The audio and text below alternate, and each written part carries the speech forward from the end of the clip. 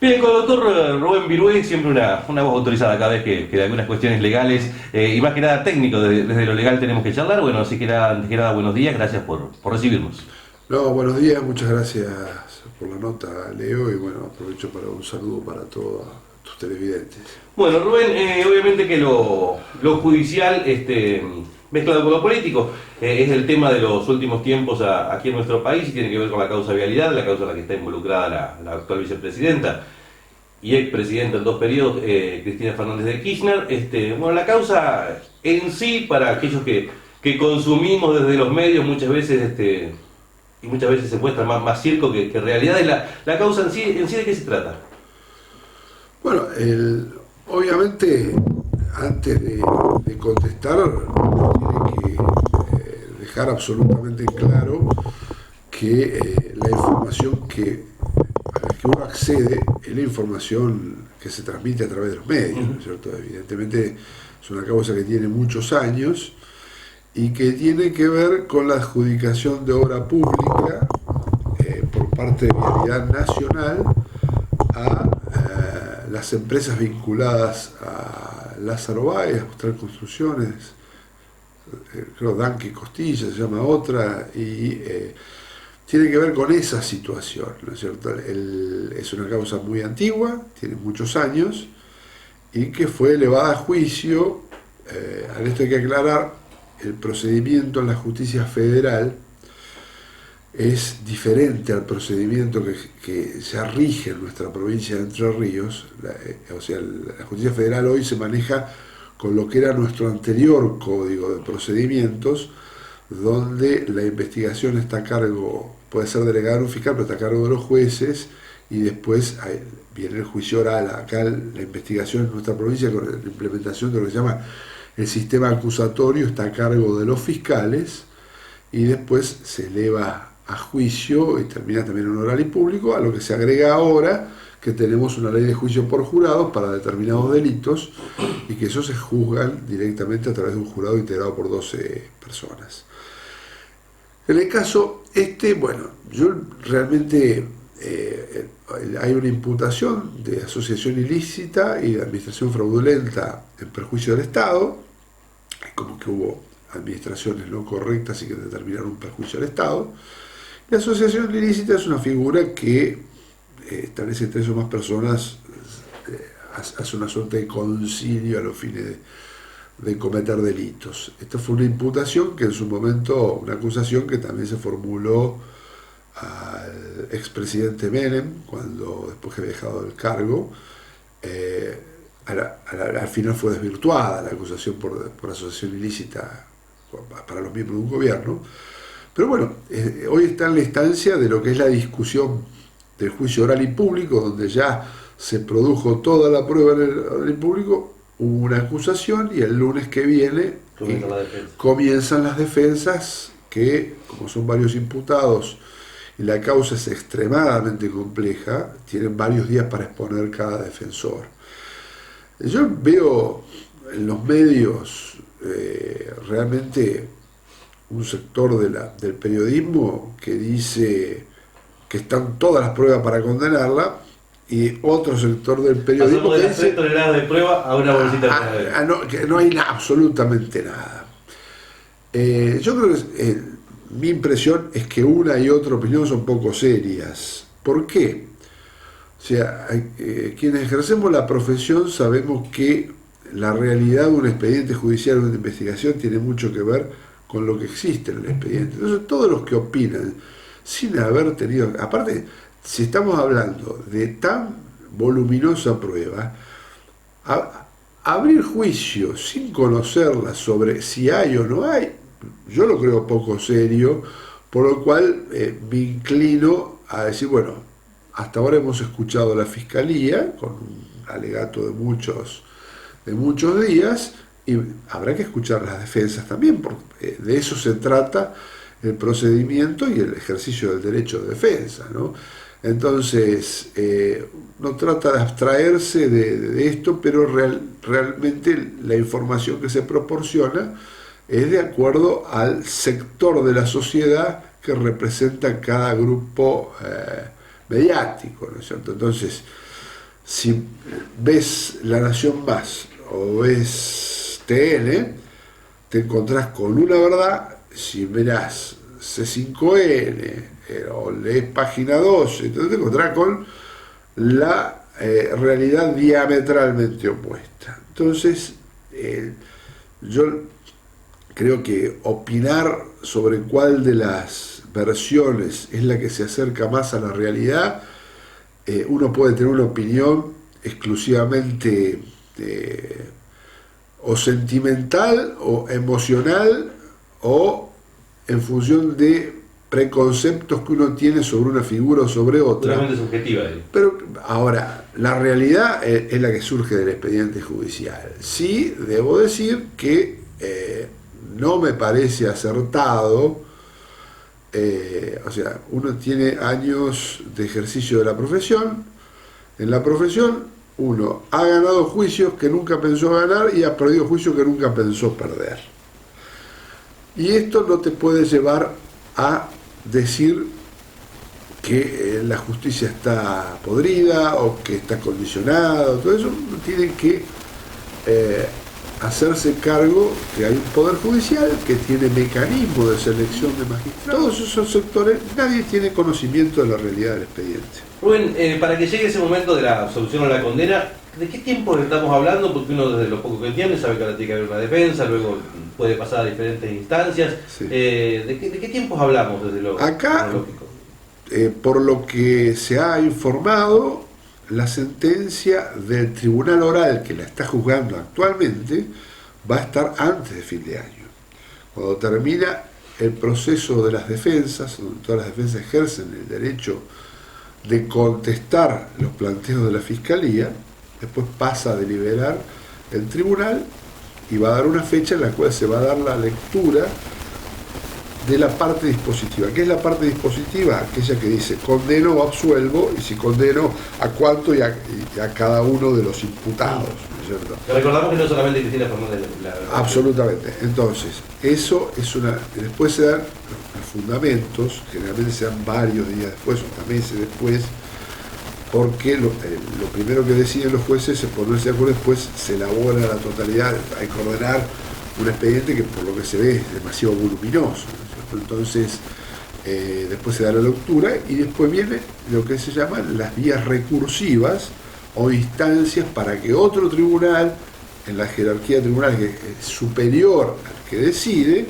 defina si la sentencia dictada por este tribunal oral es correcta o no. Eso es lo que se llama el recurso de casación y resolverá la Cámara Federal de Casación Penal nacional, se llama porque está situada en la capital federal, ¿no es cierto? Entonces ahí tendrá que resolver casación la eventual revisión de la condena o absolución que hubiere, y luego habrá una instancia posterior que es la posibilidad de recurrir ante la Corte Suprema de Justicia de la Nación por vía de un recurso extraordinario. Recién, según doctrina de nuestra Corte, recién cuando la Corte rechaza un recurso extraordinario o deniega una queja por si hubo una denegación, un tema técnico, recién en ese momento se considera que una sentencia, si fuere condenatoria, está firme. Con lo cual, también es absurdo lo que se está planteando con respecto a la eventual proscripción por la inhabilitación. Nosotros no tenemos una ley como tiene Brasil, que es lo que pasó con Lula, que se llama ficha limpia. Esa ley de ficha limpia en Brasil determina que cuando hay una condena confirmada, como existía en el caso de Lula, no se podía presentar elecciones.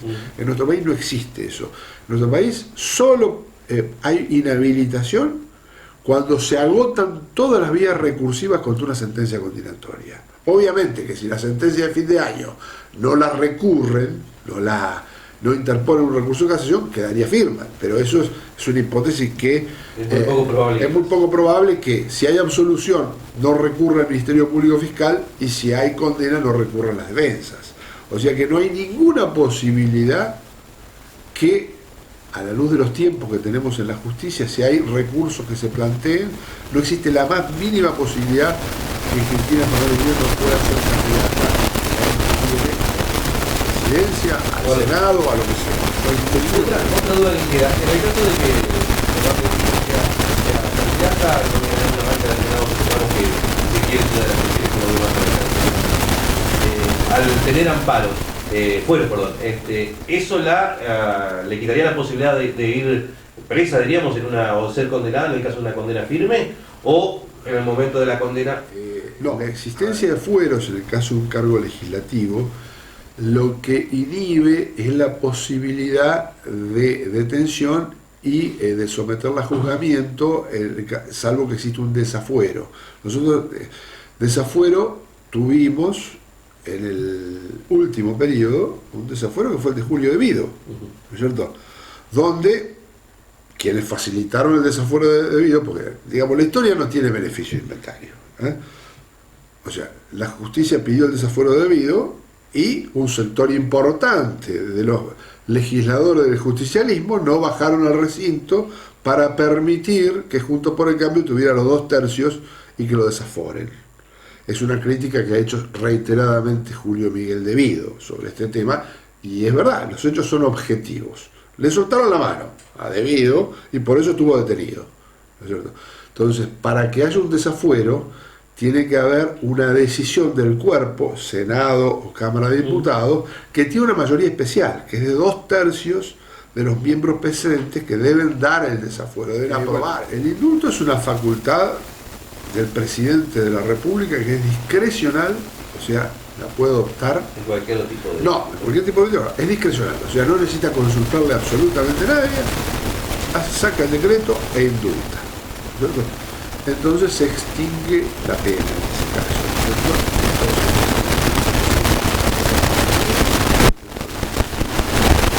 Es lo que utilizó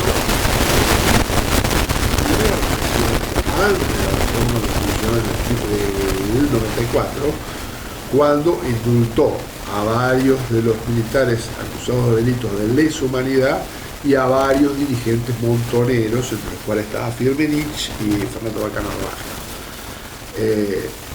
Entonces, es una facultad del presidente. ¿Cómo modifica la Constitución? ¿Qué limitación le establece?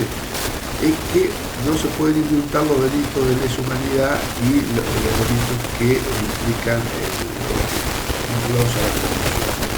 Con lo cual, estaría una inhabilitación al presidente de la Nación para poder características que además, como lo ha dicho Cristina Fernández de Kirchner, su grupo más cercano, es una cuestión que ni por asomo la pretenden, porque lo que pretenden es obtener un fallo absolutorio de la justicia. Así que la cuestión del indulto es un tema que también, desde mi punto de vista, está absolutamente descartada en este caso, porque ni la quieren los imputados y porque hay una limitación precisamente por el tipo. Y la otra discusión es que en su momento Menem no indultó solamente a condenados, indultó a procesar. La presidenta metida a un juicio oral y público, no tiene condena, goza de la presunción de inocencia. Entonces se discutió en aquel momento si un procesado podía ser indultado, la Corte lo admitió en aquel momento. Pero es un criterio bastante discutible, con lo cual podría replantearse una situación en un caso determinado, ¿no? Lo que está claro es que para quien está condenado, el Ejecutivo Nacional y para la mayoría de los delitos puede indultar siendo una facultad privativa del Ejecutivo y discrecional. No tiene que pedirle permiso a nadie. Bien, Rubén, la última y no tiene que ver con lo legal ni con lo técnico, sino con tu propio conocimiento de lo que es la arena política, muchos años de militancia en el PJ. ¿Crees que esta cuestión social, no en sí la grieta, pero sí esta cuestión de manifestaciones hacia los domicilios que tiene Fernández de Kirchner, los diferentes actos que está haciendo el peronismo, también algunas manifestaciones a favor de que sea condenada, esto va a ir creciendo, va a ir poniéndose cada vez más caliente la calle, o crees que va a llegar un momento en que las aguas se van a calmar? Porque uno muchas veces mira el televisor los domingos a la noche con esos horarios de programas especiales de la política y da la sensación de que estamos cerca de un polvorín. Yo no creo que esta situación tienda a calmarse. El peronismo tiene una historia de militancia activa y de movilización que es prácticamente connatural a su esencia. Si el peronismo y Cristina tiene un respaldo emocional muy importante de un sector de la sociedad que moviliza.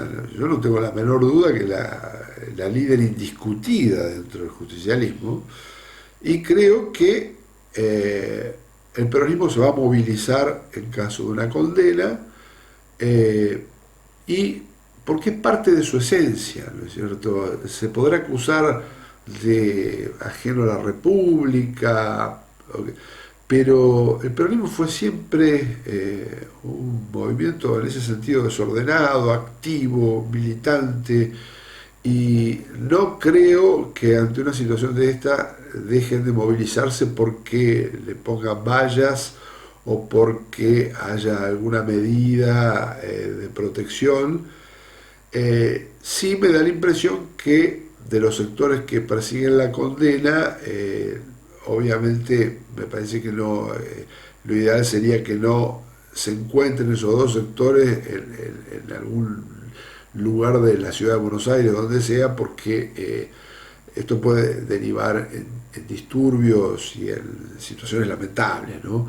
Pero yo realmente creo que es una consecuencia natural que podrá uno estar de acuerdo o en desacuerdo con la movilización contra un fallo condenatorio o contra la acusación del fiscal. O sea, es una cuestión valorativa de cada uno. Pero lo que está claro es que esto es esencial al movimiento justicialista. Y de hecho hace 15 días que en el peronismo se acabó la grieta. O sea, ya no hay más diferencia entre el peronismo. Yo siempre sostengo, digo, si el peronismo logra sobrevivir al gobierno de Alberto Fernández es porque es inmortal, porque realmente la situación o el rol que tiene el presidente de la República es lamentable.